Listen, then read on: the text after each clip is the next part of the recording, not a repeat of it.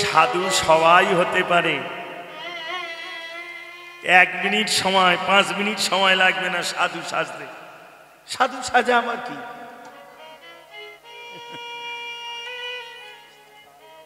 একজন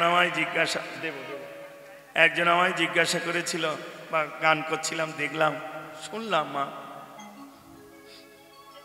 যে 2 টাকা তিলক কাটলে বাবাজি 2 টাকার মাটি কিনে নিয়ে ঘষে। আমি তার একটা কথা জিজ্ঞাসা করেছিলাম, বাবা এর মর্ম তোমরা বুঝবে না, মাটিটা 2 টাকার এটা সত্য, কিন্তু যে ধরেছে সে জানে। তুমি যে 2 টাকার মাটি দেখে ঘৃণা করছো, আমাকে বলছো এত কিছু, এবার তুমি আমায় বলো তো বাবা, বিয়ে করেছো? হ্যাঁ। 2 টাকার সিঁদুর তো তোমার বউও মাথায় ধরে আছে, তার কাছে গিয়ে জিজ্ঞাসা করো তো ওর মূল্য কত। 2 টাকার 1 চিমটে সিঁদুরের দাম আর কত মা? কিন্তু যে ধরেছে সে জানে তার মূল্য কি। ঠিক তেমনি বাবা, জীবনে যদি কোনোদিন কাউকে ছোট করবে না, দেখবে মা। হরে কৃষ্ণ, হরি বল। সবাই সব জিনিসের মূল্য বোঝে না মা। এই যে মালা, মালায় গলায়, এই মালা তুলসী ধৌত বাড়ি দেহের উপর থেকে বয়ে গেলে যে কত পবিত্র হয়, সে সাধু মহন্ত ছাড়া কেউ জানে না। মালায় গলায়, গলায় মালায়, মালা কিন্তু অন্য জায়গায় দিতে নেই, অনেক আছে, এইখানে এইখানে এইখানে এইখানে। রাগ করবে না, মালা গলায়, এই জন্য এর এক নাম কণ্ঠী, মানে কণ্ঠে রাখতে হয় এগুলো। ওই জন্য মা, সবার জন্য সব নয় মা। হালকা জগৎ বাবা, ভোগী আর ত্যাগী কোনোদিন এক হবে না। যা কাঞ্চনা রে, তুই যে ওই চাঁদকে নিয়ে গর্ব করছিস, যদি আমার গৌর চাঁদকে দেখতিস, তোর ওই গগন চাঁদ জগৎকে আলো করে, মেনে নিলাম, কিন্তু বলতো পর্বত গুহার ভিতরে আলো দান করতে পারে? বলল না। কেউ যদি ঘরের দরজা জানলা বন্ধ করে থাকে তার ঘরে, বলল না। কিন্তু আমার রসরাজ গৌর চাঁদ, যদি কোনো ভক্তের হৃদয় আকাশে একবার সে উদয় হয় রে, তার ভিতরে বাহি আলো করে, তার ভিতরে বাহি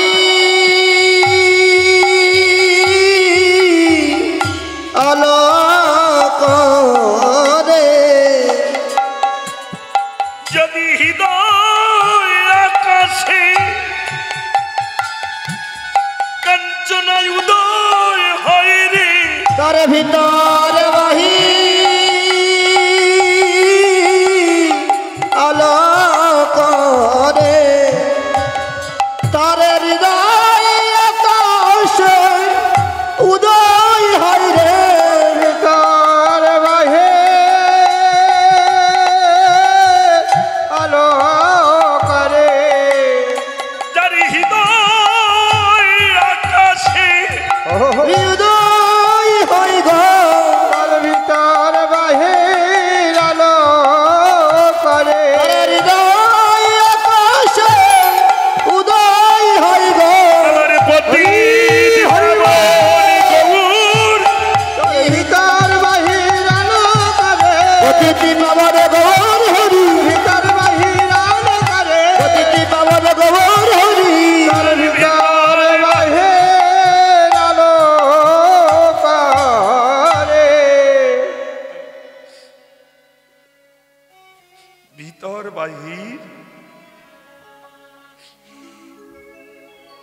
যে বাবা বলছিল না, এসবগুলো বলতে নেই। আপেলের মতো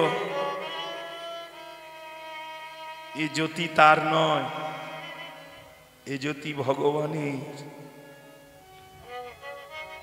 যত ভজনে গতি তত বাড়বে অঙ্গের জ্যোতি।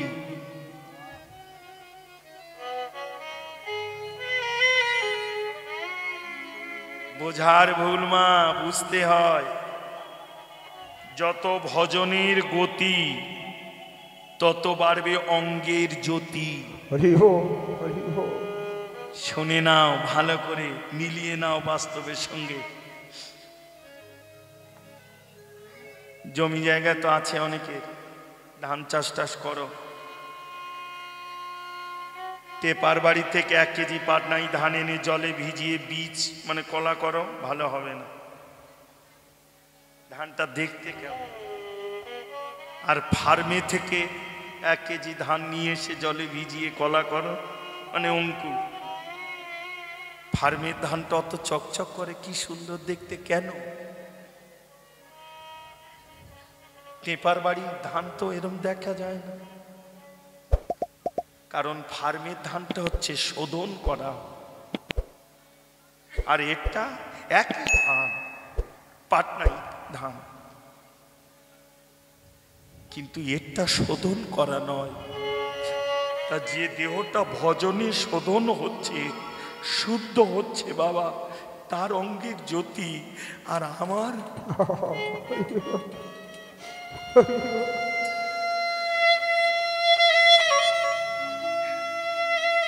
হরে কৃষ্ণ বাবা, বিশ্বাস করো মা, আমি এই গোবিন্দ চরণে আর এই ব্যাস আসনে দাঁড়িয়ে মালা স্পর্শ করে বলছি, সাধুগুরু বৈষ্ণব যতদিন না খেয়ে থাকে ততদিন জগতে অন্য কেউ না খেয়ে থাকতে পারে না মা। বছরের 36টা থেকে 42টা দিন এরা নির্জলা থাকে। একাদশী যে কটা আছে, শিব চতুর্দশী, রামনবমী, কৃষ্ণাষ্টমী মানে জন্মাষ্টমী, রাধা অষ্টমী, রামনবমী, নিত্যানন্দ ত্রয়োদশী, দোল পূর্ণিমা, এগুলো উপবাস যায়। হরে কৃষ্ণ মা। ওই জন্য সঙ্গ না করলে বুঝবে না। ওই যে কথায় আছে না, যে মা পাইনি ব্যথা সে মা কি গো, বলো না তোমরাও একটু, যে মা পাইনি ব্যথা সে মা যেথা সেথা, কিন্তু যে মা পেয়েছে ব্যথা সে মা পাবো কথা। ভজনটাও তদ্রূপ বাবা, ভজন করো বুঝবে তখন কি আনন্দ আছে আমার এই গোবিন্দ চরণে।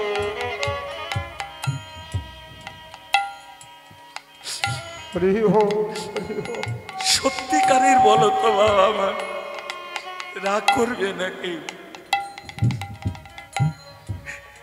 জগতে এত তো কীর্তন হচ্ছে, এত কিছু হচ্ছে, কজন ভজনে আছি, সবাই ভজনে মেতে যাচ্ছি।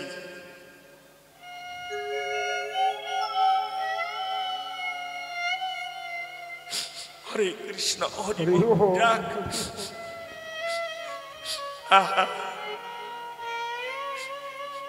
গোরা গোরা কদি মন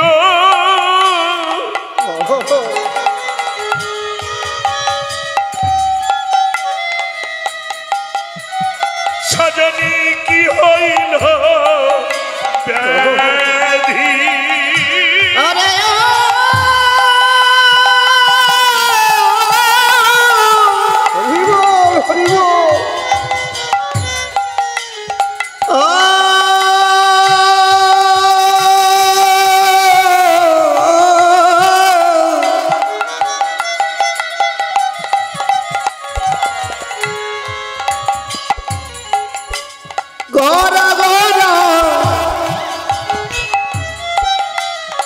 বলিব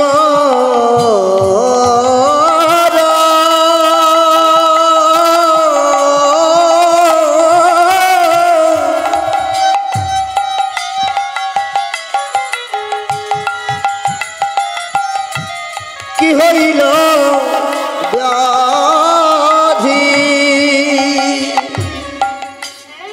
অনুক্ষণ পরে মনে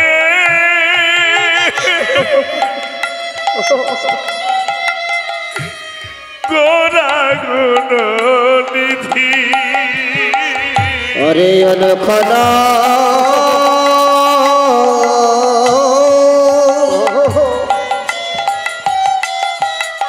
মনে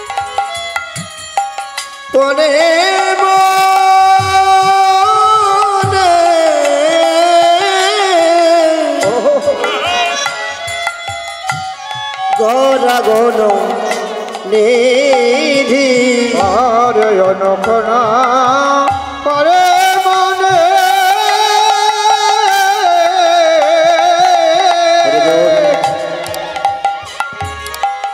আমার গলা গুণ কি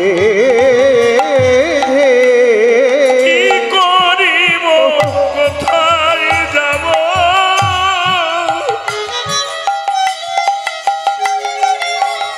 ওই গোরা রাগে সজনী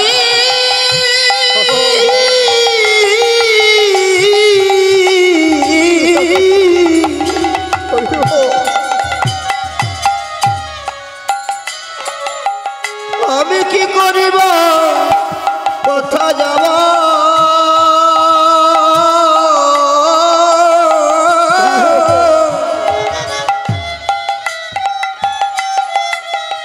আমার গরায়ন রাগে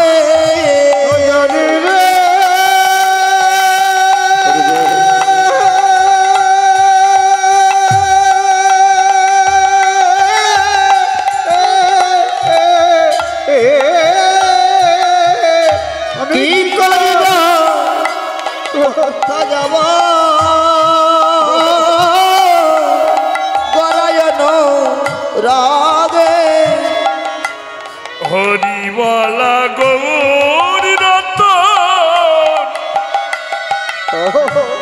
ইয়ার মাঝে জাগে হরি বলা গৌর রাত আর মাঝে জাগে সেই ভক্ত হন মানের সেই ভক্ত হলো মনের মতো বলি সদাই আমার হিয়াই জাগে ভক্ত হলো মনের মতো সদাই আমার হিয়াই জাগে ভক্ত হলো মনের মতো বলি ওরে আমার অকাঞ্চনা ভক্ত হলো মনের মতো রে আমার ও কাঞ্চনা ভক্ত হলো মনের মতো এ জীবনে সেবা হলো না এ জীবনে সেবা হলো না রে বলে গৌর দর্শন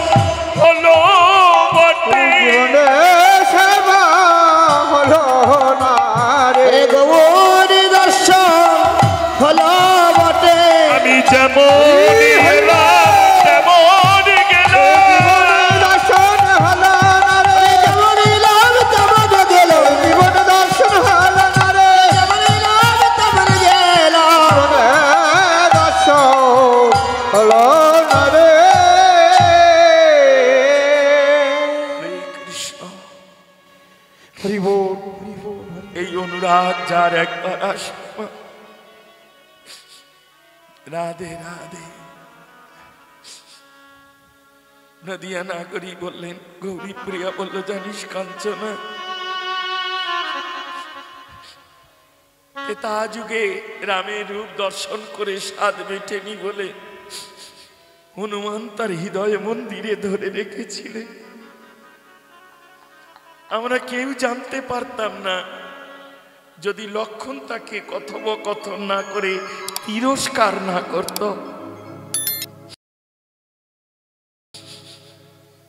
হরে কৃষ্ণ, হরি বল। হরি বল, হরি বল। না হলে এখন আমার দশা তাই হয়েছে। আমি কোথায় যাব, কি করব?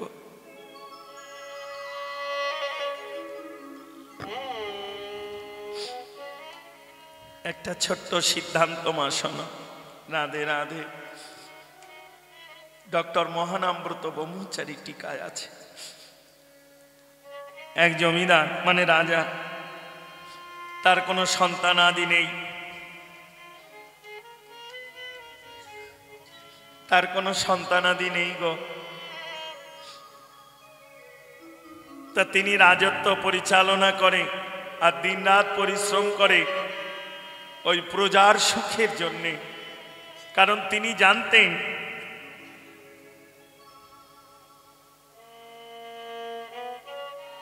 রাজা হলো পিতা সম, পুত্র হয় প্রজা। জগতে রাজা হলো পিতা সম, পুত্র হয় প্রজা। তাই প্রজার সুখের জন্য তিনি দিনরাত, এমনকি নিজের দেহ সুখ ভুলে গেলেন। রাধে রাধে। সারা রাত পাহারা দিয়ে ঘুরে ঘুরে এসে সকাল হয়েছে, একজনার বাড়ির সামনে দিয়ে যাচ্ছে আর সে সবে ঘরের দরজাটা খুলেছে। এমন সময় দেখছে রাজা যাচ্ছে। রাজাকে দেখে সেই ঘরের ঘরণী মাথাটা নত করে বলল, রাজামশাই, আপনার রাজত্বে বাস করি, আপনি আমাদের সব সময় খেয়াল রাখেন, আমাদের সুখের চিন্তা সব সময় করেন, কিন্তু একটা কথা আপনাকে বলবো, যদি আমাদের মনে একটু শান্তি দিতে চান তাহলে একটা কথা আপনাকে বলি। রাজা বলল, বলো কি চাও, বলো কি মা। বলল, আপনি কোনোদিন সকালবেলা এই পথ দিয়ে যাবেন না। রাজা চমকে গেল। আমার রাজত্ব, আমার প্রজা, তাদের সুখের জন্য আমি দিন রাত, আর আমি কেন মা যাব না? কি অপরাধ আমার? আমার অপরাধটা কি বলবি তোমার? তা সেই ঘরের ঘরণী বলল, অপরাধ আপনার একটাই। কি না, আপনার মতো আটকুড়ো লোকের মুখ দেখাটা সকল বেলা বড় অমঙ্গলের। রাজা এই আঘাত আর সহ্য করতে পারলেন না। যাদেরকে আমি পুত্র জ্ঞানে এতদিন দেখে এসেছি, নিজের দেহ সুখ ঐশ্বর্য সব ত্যাগ করেছি, কত নিশি আমার সহধর্মিনী অর্থাৎ পত্নী না জানি কেঁদে কেঁদে নিশি যাপন করেছে, মানে কেঁদে কেঁদে রাত পার করেছে। আর এরা আজকে আমাকে আটকুড়ো বলে এ জীবন রাখবো না। ছুটে চললেন গঙ্গার দিকে। যে পথ দিয়ে রাজা ছুটে চলে যাচ্ছেন প্রাণ বিসর্জন দেবে বলে, সেই পথ দিয়ে একজন গুণিন বা ওঝা যাকে বলেন আপনারা, সে পাশে রাজত্বে গিয়েছিলেন আগের দিন, ভূত ছাড়াতে, ছাড়িয়ে টাড়িয়ে ভোরের বেলা চলে আসে। আর এই রাজার সঙ্গে সম্মুখে দেখা। রাজার বিষণ্ণ বদন, নয়নের জলে বক্ষ ভেসে যাচ্ছে। গুণিন দেখে বলল, রাজামশাই, আপনার এহেন দশা কেন? আপনি কোথায় যাবেন? সঙ্গে সঙ্গে রাজা বলল, বাবা, আমায় আর পথে আটকাস না, আমায় যেতে দে। বলুন না রাজামশাই, আপনি তো কোনোদিন এত কষ্ট পান না, এত কাঁদেন না, আপনাকে তো এমন দেখি না কোনোদিন। রাধে রাধে।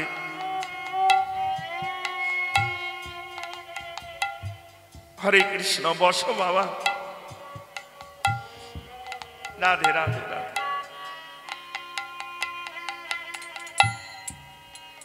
আহা, হরি বল, হরে কৃষ্ণ, হরি বল। যাক মা, এইবার কি বলছিলাম জানো বাবা? রাজা গুণিন বলল, শোনো বাবা, আহা, শোনো রাজামশাই, রাজামশাই, রাজামশাই, আপনি কোথায় যাচ্ছেন? আপনি একটু। তখন রাজা বলল, আমি মরতে যাচ্ছি। কেন? বললো, আপনাকে আমাকে আটকুড়ো বলে এমন করে, তাই আমি। গুণিন বলল, রাজামশাই মরুন, তাতে আমার দুঃখ নেই,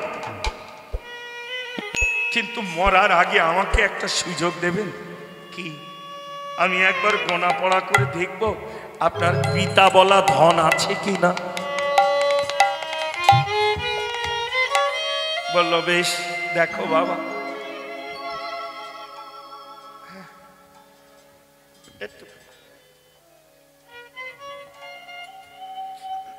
পিতা বলা ধন আছে কিনা আপনি দেখ।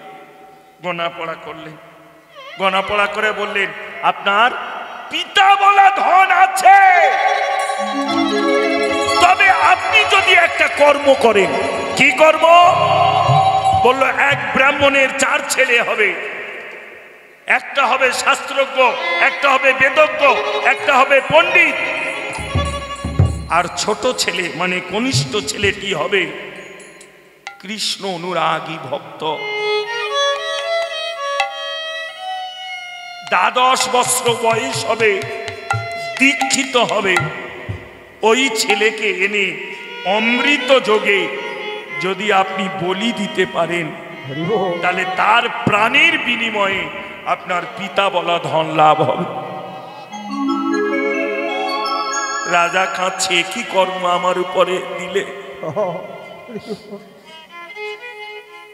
তবে আমি করব। সেই গুণিনকে সঙ্গে নিয়ে রাজসভায় ফিরে এলো। লাটোয়াল পালোয়ান সিপাহী যারা ছিল কাছে লাগলো, তাদের রথে সমস্ত কিছু সাজিয়ে দিল, রাজার যত ঐশ্বর্য ছিল,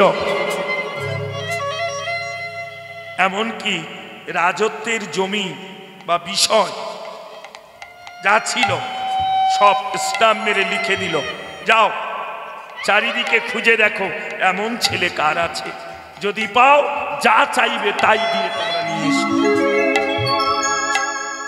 চারদিকে রথ ঘুরছে, ঘুরতে ঘুরতে ব্রাহ্মণ পাড়ায় গিয়ে দাঁড়াল। ব্রাহ্মণের 4 ছেলে, বড় ছেলেটা বেদজ্ঞ, বেদ অধ্যয়নে বড় পণ্ডিত, মেজ ছেলে শাস্ত্রজ্ঞ।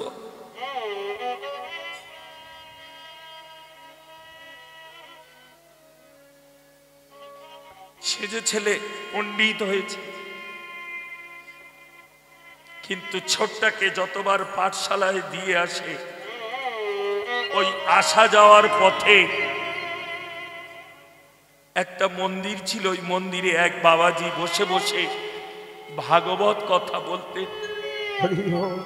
একাকী। ওই ছোট্ট বালক ব্রাহ্মণের সন্তান, 12 বছর মানে 12 বছরের ছেলে, ওই ভাগবত কথা শুনতে শুনতে আর তার পাঠশালায় যাওয়া হতো না।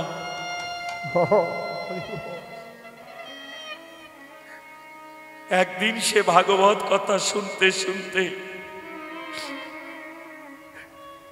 ওই বৈষ্ণবের চরণ জড়িয়ে ধরে কাঁদছে, বৈষ্ণব ঠাকুর